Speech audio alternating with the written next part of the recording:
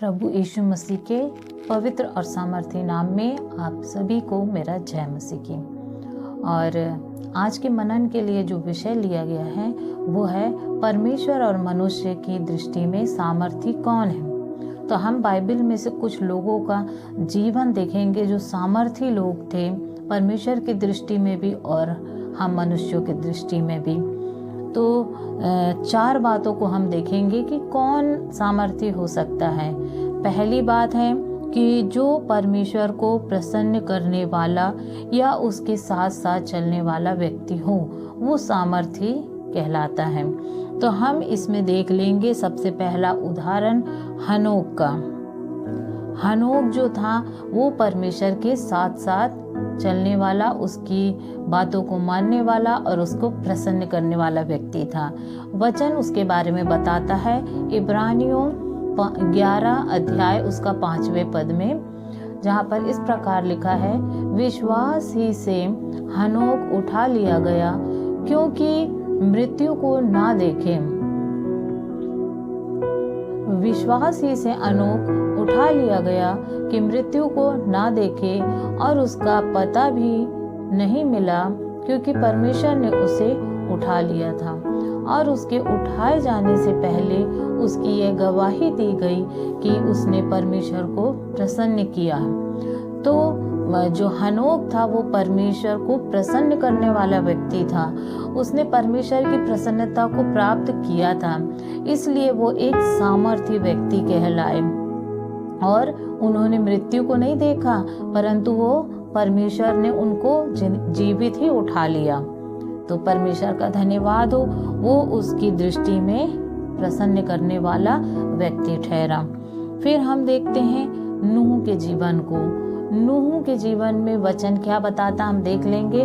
उत्पत्ति 3 अध्याय उसका 9वां, उत्पत्ति 6 अध्याय उसका 9वां पद, जहाँ पर इस प्रकार लिखा है, नूह धर्मी पुरुष और अपने समय के लोगों में खरा था और नूह परमेश्वर ही के साथ साथ चलता रहा। तो हमने नूह के जीवन में देखे कि वो परमेश्वर के साथ साथ चलने वाला व्यक्ति था। जैसा परमेश्वर उसको बोलता था वो सुनता था और वैसे ही मानता था। वो उसके साथ साथ चलता था, उसकी बातों को मानता था, जैसा वो चाहता था वैसा वो करता था। और हम देखते हैं नूह एक सामर्थी व्यक्ति था, वो परमेश्वर की दृष्टि में भी और मनुष्य की दृष्टि में भी। तो इस तरह हमने देखा कि जो हनोक और नूह थे वो परमेश्वर को प्रसन्न करने वाले और उनके साथ साथ चलने वाले व्यक्ति थे, इसलिए वो एक सामर्थी व्यक्ति कहलाए। पर अब इस समय हमको क्या करना चाहिए, तो वचन हमारे लिए क्या बताता है। रोमियो 8 अध्याय उसका 14 पद में, जहाँ पर इस प्रकार लिखा है, इसलिए कि जितने लोग परमेश्वर के आत्मा के चलाए चलते हैं वे ही परमेश्वर के पुत्र हैं। Praise the Lord. तो अब हम और आप पवित्र आत्मा के मंदिर हैं। अब हमारे अंदर पवित्र आत्मा बसता है और जब हम पवित्र आत्मा के कहने पर चलते हैं, उसके अनुसार हम अपना जीवन बिताते हैं, तब हम परमेश्वर के पुत्र और पुत्री कहलाते हैं। अब आगे वचन बताता है कि हम सिर्फ पुत्र पुत्री नहीं कहलाते, हम उसके वारिस भी हो जाते हैं, यहाँ तक कि हमारे प्रभु यीशु मसीह के संगी वारिस। Praise the Lord. और जो अधिकार परमेश्वर का है वो अधिकार हमको मिल जाता है। जो अधिकार यीशु मसीह का था वो हमको मिल जाता है और जो महिमा प्रभु यीशु मसीह को मिली वो महिमा हमको भी मिलेगी, ये वचन बताता है। धन्यवाद हो इस सुंदर वचन के लिए। तो हमें अब क्या करना है कि हमको आत्मा के अनुसार चलना है और उसके अनुसार कार्य करना है।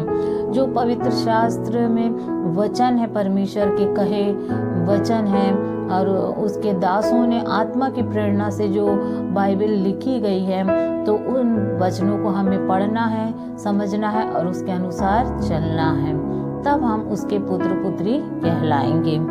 फिर दूसरी बात हम देख लेंगे, दृढ़ निश्चय वाला व्यक्ति सामर्थी है।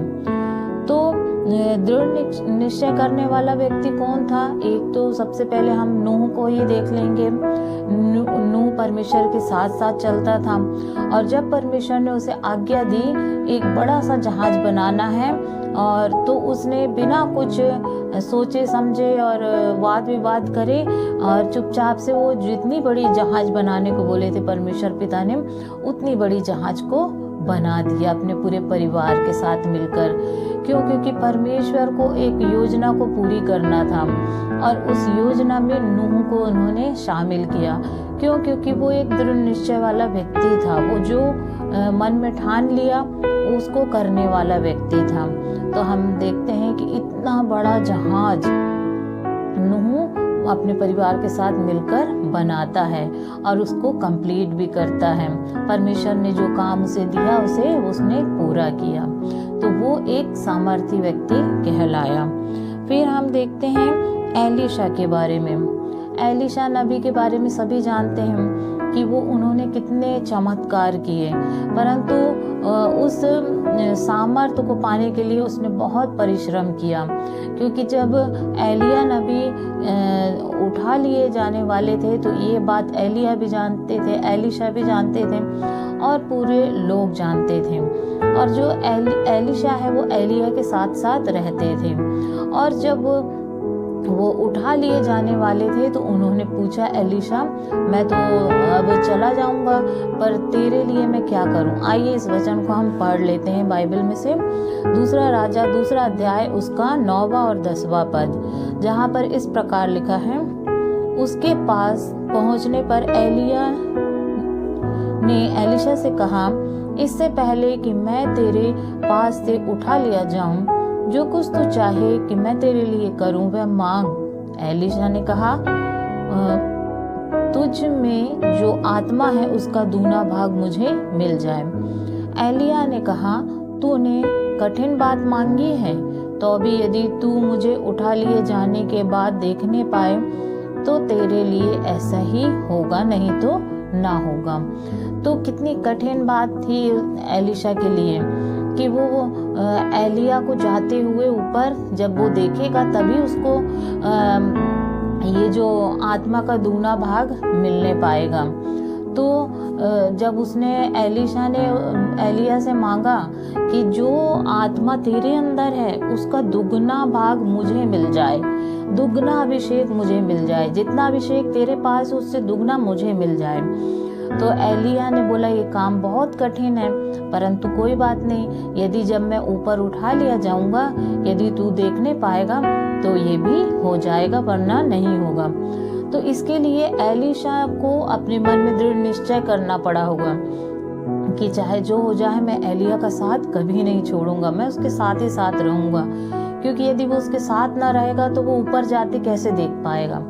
और हम आगे वचन में देखते हैं कि 2-3 बार एलिया नबी एलीशा से बोलते हैं कि मुझे देख परमेश्वर भेज रहा है दूसरे जगह, वहाँ पर मैं लोगों को वचन बताऊं, परंतु अगर तू चाहे तो यहीं पर रुक सकता है। परंतु एलीशा बिल्कुल निश्चय कर चुका था कि उसका साथ नहीं छोड़ूंगा, तो उसने बोल दिया कि मैं आपका साथ नहीं छोड़ूंगा और जहाँ तू जाएगा मैं वहीं पर तेरे साथ ही रहूंगा।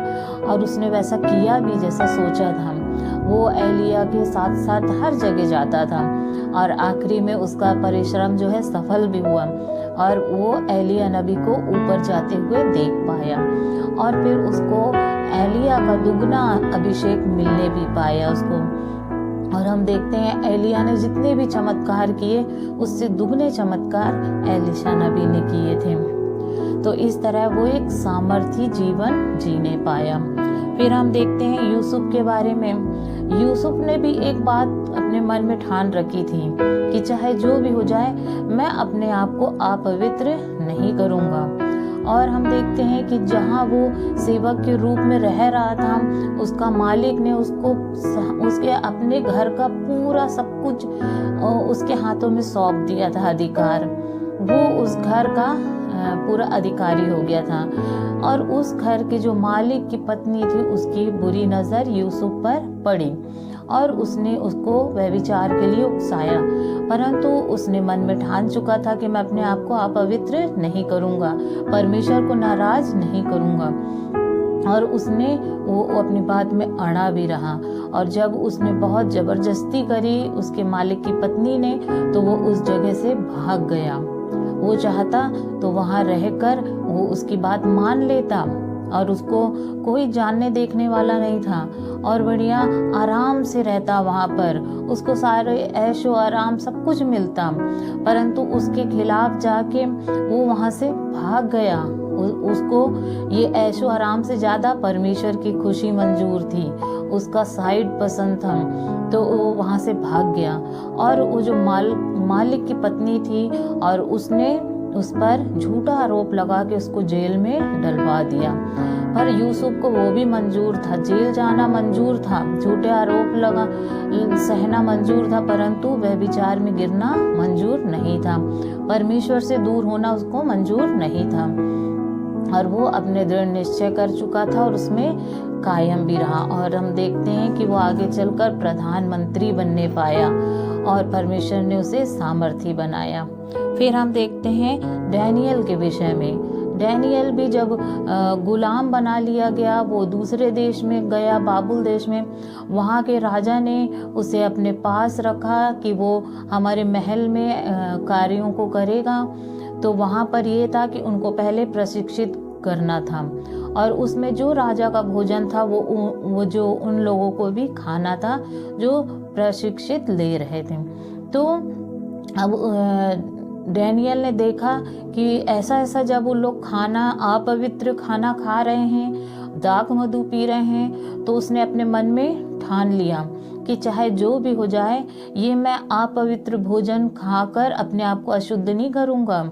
और उसने जब मन में ठान लिया और ठानने के बाद वो अपने अधिकारी से जब विनती करता है कि मुझे ये अशुद्ध खाना मत दीजिए, मुझे सिंपल साग सब्जी दीजिए और पानी पीने दीजिए, तो उसके अधिकारी का भी मन परमेश्वर ने उसकी ओर कर दिया, मुलायम करा और उस अधिकारी ने डैनियल की बात मान ली।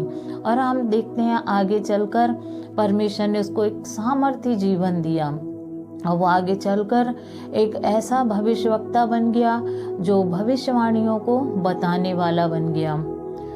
फिर हम देखते हैं दाऊद के विषय में।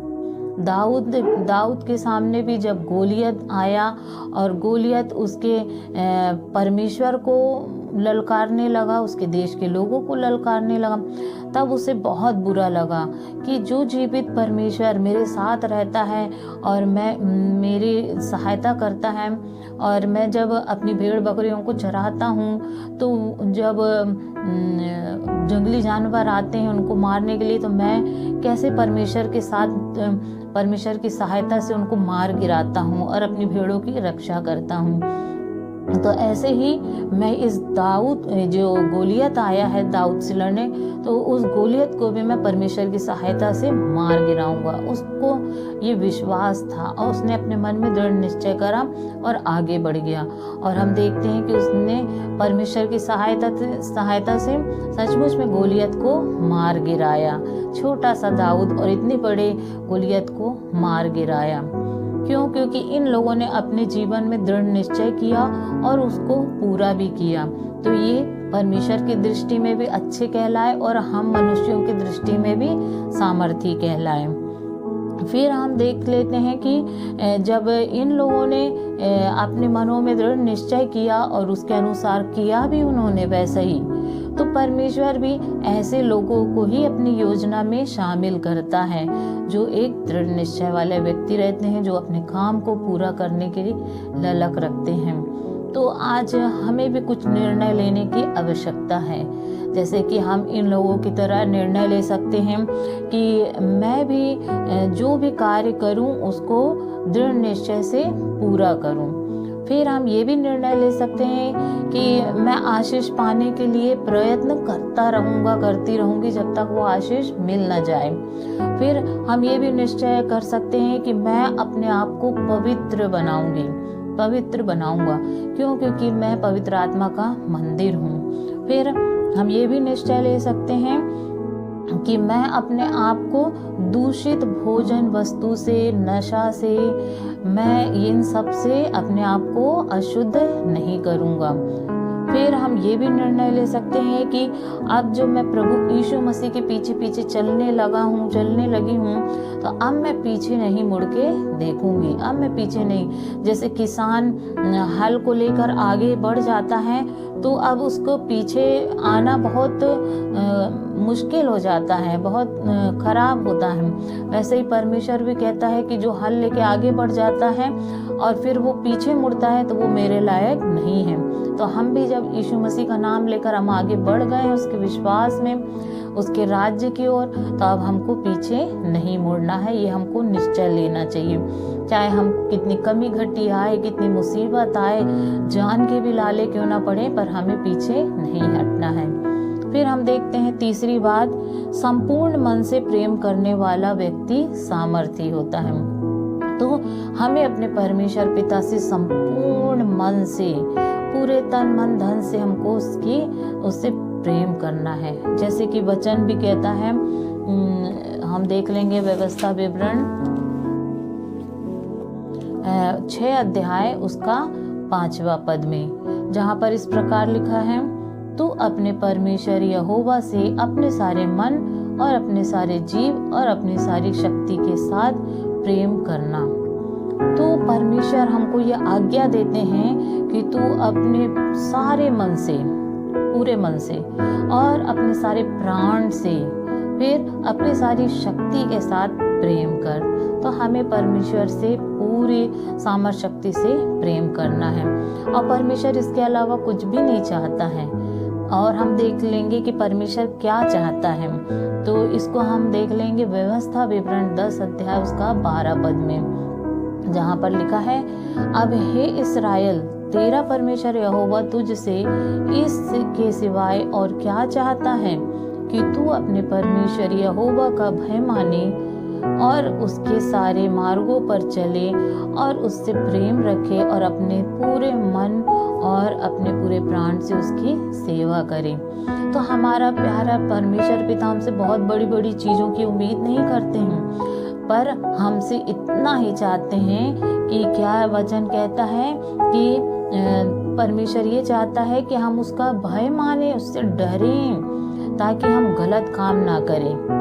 फिर वो चाहता है कि हम उसके मार्गों पर चलें, जिस रास्ते पर वो चल रहा है, जो वो कर रहा है, उसी रास्ते पर हम भी चलें। फिर उससे हम प्रेम रखें, फिर उससे पूरे मन से और पूरे प्राण से उसकी हमको सेवा करना है। बस इतना ही हमारा परमेश्वर पिता हमसे चाहता है।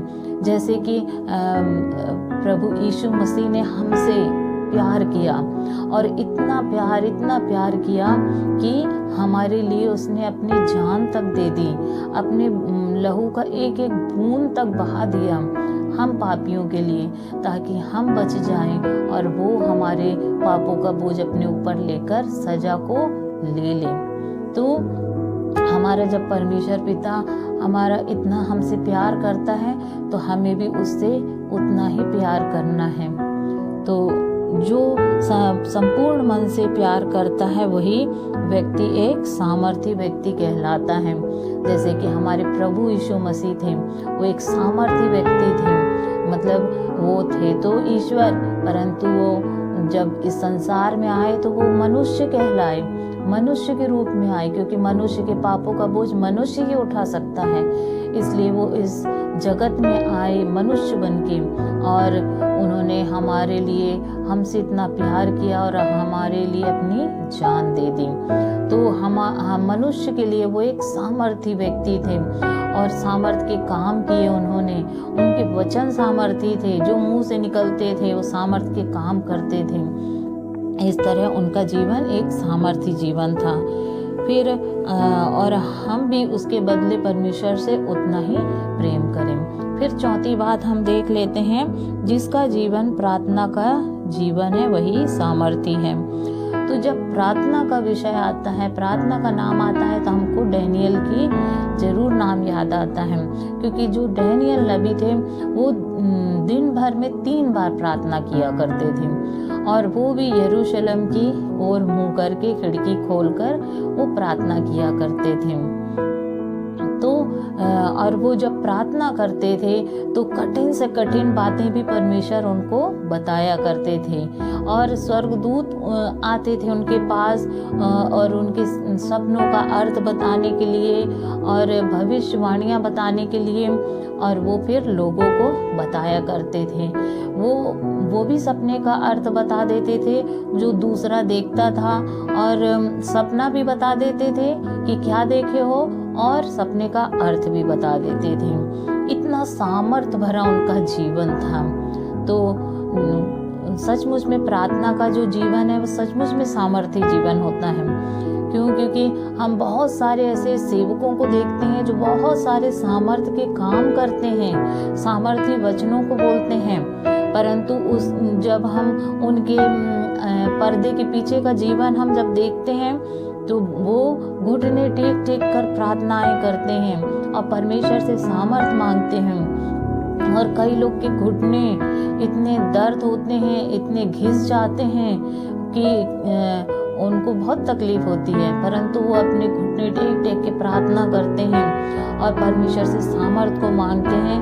और प्रार्थना तो ये है कि वो हम कैसे भी प्रार्थना करें, परमेश्वर हमारी प्रार्थना सुनता है। चाहे हम लेटे लेटे करें, चाहे हम बैठ के करें, चाहे हम घुटने टेक कर करें, चाहे हम खड़े होके करें, चाहे हम चलते फिरते करें, पर हम जब भी परमेश्वर से प्रार्थना को करते हैं, परमेश्वर हमारी प्रार्थना को सुनता जरूर है। एक बार ऐसे ही मेरा जब बैग गिर गया था, उसमें बहुत कीमती कीमती सामान भी थे, और मैं चलते चलते परमेश्वर से लड़ रही थी, परमेश्वर मेरी ये चीज़ मुझे लौटा दीजिए। और बिल्कुल नामुमकिन चीज़ थी कि वो बैग मुझे मिलता, परंतु मैं कितना लौट के कितनी दूर से जब वापस आई तो मुझे मिल गया वो बैग, क्योंकि वो किसी ने उठा के रखा था कि यहाँ से जो गई है उनका ये बैग होगा, उनका ज़रूरी सामान है। और बाकायदा 2 लोग वहाँ पर खड़े भी थे ये बताने के लिए कि आपका ही बैग गिरा है, वो सही सलामत है। तो परमेश्वर हम ये मायने नहीं रखता हम किस तरह प्रार्थना कर रहे हैं, बस हमको अपना जो मन है वो परमेश्वर की ओर लगाकर और उससे प्रार्थना विनती करना, उससे बात करना है। हम वो चलते फिरते भी कर सकते हैं। तो जब हम उससे प्रार्थना करते हैं, उससे बातें करते हैं, तो परमेश्वर सचमुच में उत्तर देता है। जब बहुत सारी चीज़ें रहती हैं, मुझे जानने की इच्छा रहती है कि वचन में यदि कुछ नहीं समझ में आ रहा है या कोई ऐसी बात मुझे नहीं समझ में आ रहा है, तो जब मैं उस चीज़ के लिए व्याकुल रहती हूँ तो परमेश्वर कहीं ना कहीं से वो चीज़ मेरे सामने लेकर आते हैं और फिर मुझे समझ में आता है वो बात, और मुझे मन ही मन बहुत खुशी होती है कि परमेश्वर ने मेरे मन की इच्छा को जाना और उसे पूरी भी किया। और परमेश्वर का धन्यवाद हो, सचमुच में प्रार्थना सुनता है हमारी। हम जो प्रार्थना करते हैं वो प्रार्थना करना कभी नहीं छोड़ना चाहिए। क्यों? क्योंकि परमेश्वर हो सकता हमारी प्रार्थना का तुरंत उत्तर देता है तो हम तो बहुत खुश हो जाते हैं, परंतु बहुत बार ऐसा होता है कि थोड़े समय बाद हमारी प्रार्थनाएं सुनी जाती हैं और हम थोड़े विचलित तो होते हैं, परंतु कुछ समय बाद वो प्रार्थना सुन ली जाती हैं। परंतु ऐसा भी होता है कई बार कि हमारी प्रार्थनाएं नहीं सुनी जाती हैं, मतलब कि उसका उत्तर हाँ में नहीं आता है। तो हमें उस बात के लिए भी परेशान नहीं होना है कि परमेश्वर मैंने तो आपसे ये चीज़ मांगा था पर आपने नहीं दिए, और मैं तो ये योजना बनाया था परंतु ये योजना पूरी नहीं हुई। तो जरूरी नहीं कि जो योजना हम बना रहे हैं, जो इच्छा हमारी है वो परमेश्वर की भी हो। वो तभी इच्छा पूरी होती है जब हमारी इच्छा और परमेश्वर की इच्छा मिलती हो। तो हो सकता है हमारी जो सोच, हमारी समझ है, हमारी इच्छा, उससे बढ़कर कहीं परमेश्वर ने हमारे लिए सोच रखा हो। तो जब वो हमारी इच्छा तब पूरी नहीं होती है, परंतु उसमें परमेश्वर की इच्छा पूरी होती है। तो इसलिए हमें उस बात से भी परेशान नहीं होना है। हर बात में परमेश्वर की इच्छा को ही पूरी करना चाहिए। और प्रार्थना में भी हम अपनी इच्छा तो रखते हैं, परंतु हमको लास्ट में यही कहना चाहिए यीशु मसीह की तरह कि परमेश्वर पिता, मेरी तो ये इच्छा है, परंतु मेरी नहीं, परंतु आपकी इच्छा भी हो, यदि आपकी इच्छा हो तो ही पूरी होए। तो जब परमेश्वर की इच्छा पूरी होती है तो वो काम हमेशा अच्छा होता है। तो हमें कभी भी प्रार्थना करना नहीं छोड़ना है। तो आज हमने देखे वचनों में कि परमेश्वर और मनुष्य की दृष्टि में सामर्थी कौन है। पहली बात हमने देखा, वो व्यक्ति जो परमेश्वर के साथ साथ चलता है और जो व्यक्ति परमेश्वर को प्रसन्न करता है। फिर हमने देखा कि जो दृढ़ निश्चय वाला व्यक्ति है वो परमेश्वर और मनुष्य की दृष्टि में सामर्थी है। फिर हमने देखा कि जो पूरे मन से परमेश्वर से प्रेम करता है वो सामर्थी व्यक्ति है। फिर जिसका जीवन प्रार्थना का जीवन है वो परमेश्वर और मनुष्य की दृष्टि में सामर्थी है। बहुत सारी ऐसी भविष्यवाणियां डैनियल की पुस्तक में लिखी गई हैं जो उन्हें परमेश्वर ने बताया था कि भविष्य में क्या क्या होने वाला है। और हम देखते हैं कि बहुत सारी भविष्यवाणियां पूरी हो चुकी हैं, परंतु कुछ भविष्यवाणियां जो पूरी होने बाकी हैं वो अभी बाकी भी वो भी पूरी होंगी। जब इतनी भविष्यवाणियां पूरी हुई तो लास्ट के जो अंतिम समय की जो भविष्यवाणी है वो भी जरूर पूरी होगी। और हम ये विश्वास करते हैं और वो डैनियल की पुस्तक हम पढ़ के जान सकते हैं कि कौन कौन सी भविष्यवाणियां पूरी हुई है और कौन सी भविष्यवाणियां पूरी होने वाली हैं। तो हम इन सब बातों के लिए परमेश्वर का धन्यवाद करते हैं और मैं यही प्रार्थना करती हूँ कि परमेश्वर इन चारों बातों को हम सब के जीवन में आने दे, हम भी ऐसी सामर्थ्य जीवन जीने पाएं। तो परमेश्वर करे हम सब का जीवन इसी तरह सामर्थ्य जीवन बन जाए और हमारे अंदर ये चारों बातें पाई जाएं। परमेश्वर का धन्यवाद हो। Praise the Lord.